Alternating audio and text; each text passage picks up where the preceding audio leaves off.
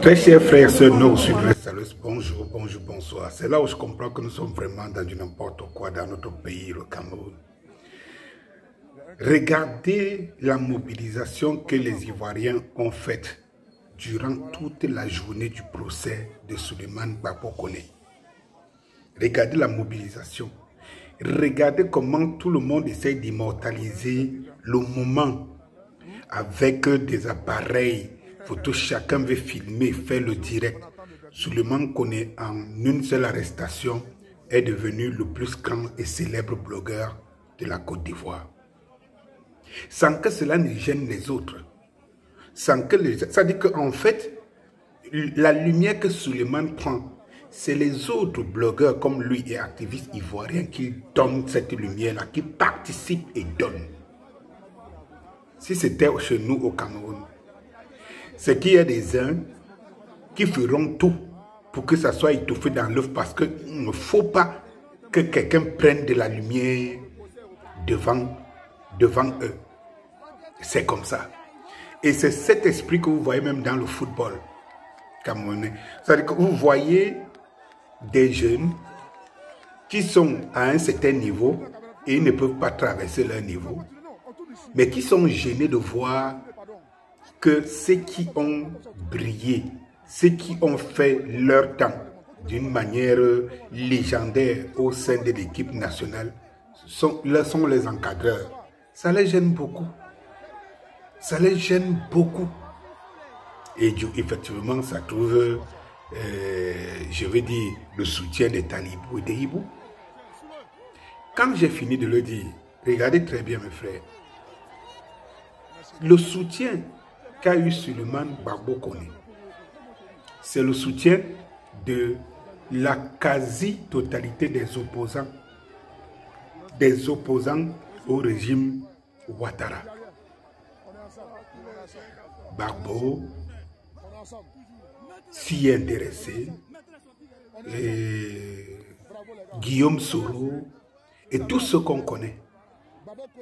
Dites-moi, dans un pays comme le Cameroun, dites-moi combien de fois vous avez vu que les opposants sont unanimes face à une situation qui regarde le peuple ou bien un individu qui est attaqué. Je vous ai dit ici, là, dernièrement, on a pris Raymond Kota au Gabon. Dites-moi combien de leaders au Cameroun se sont prononcés par rapport à. On vend le rêve aux gens ici. Ils ont cessé d'être eux-mêmes. Vraiment. Des tonneaux vides. Qu'on manipule la société. Regardez l'exemple de la société ivoirienne. Regardez comment ils se lèvent.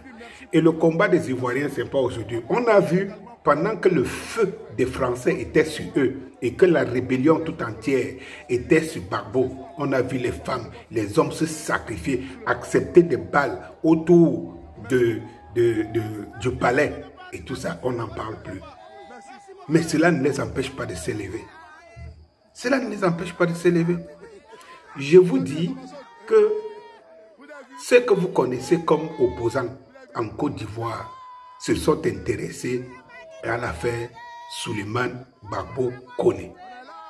Je pense qu'il y a même des opposants qui ne devraient pas s'en intéresser parce que il s'est donné le nom de Gbagbo en soutien total et indéfectible à Laurent Gbagbo.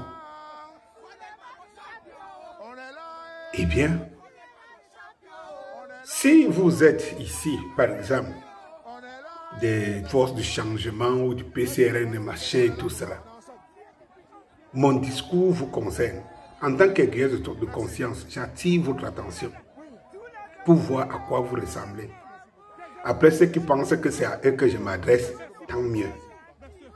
Toujours est-il dit, comme je dis souvent, c'est que mon passage va rester par des vidéos et par mes dires qui se révèlent toujours à la fin vrais. Vrai.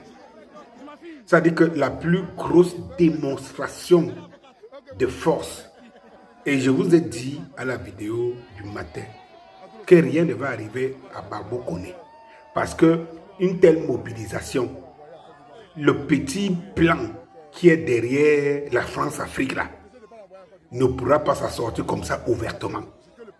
Et on voit, et on a vu ce soir, Gbagbo Koné libéré. On a vu ce soir la force, la démonstration de force de la masse. C'est qu'on ne voit pas. À la rigueur, quelles sont les images que la diaspora camerounaise, dite activiste, renvoie ici? C'est des violences. C'est des violences. Et des violences. Elle est incapable de donner cette image de solidarité face à un Camerounais individu, mais des violences.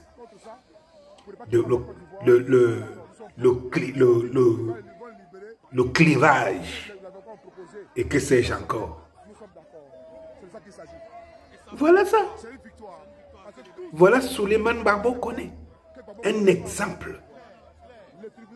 On sait au moins que attaquez-vous aux Ivoiriens. Et moi je parle des Ivoiriens parce qu'ils nous ressemblent. Parce que pour les autres, on ne les apprend plus ça. Attaquez-vous aux Ivoiriens, mais faites gaffe. Parce qu'ils savent se mobiliser devant la bonne cause. Vous avez vu que ce qui parle là, c'est la bonne cause. Ce n'est pas la personne, ni le clan de la personne, mais la bonne cause. Ici, est-ce que la bonne cause existe encore? Si Danny Scorpio aujourd'hui est torpillé par le système et machin truc, ceux qui disent qu'ils combattent pour la liberté et le changement seront les premiers à applaudir. Parce qu'on n'est pas dans le même camp. Et moi, pour moi, ce n'est pas les ouailles, comme je les appelle souvent, hein, qui sont responsables.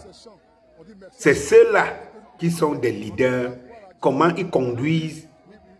Ils ont lobotomisé les hommes. Et même ne le savent pas. Parfois, quand d'autres viennent là sur ma page insulter, je dis Seigneur, pardonne-les parce qu'ils ne savent même pas ce qu'ils font. Et tout. Les gens se battent pour leurs intérêts là-bas. Toi, tu viens me chercher les querelles. Ici. Je me demande où sont tes intérêts.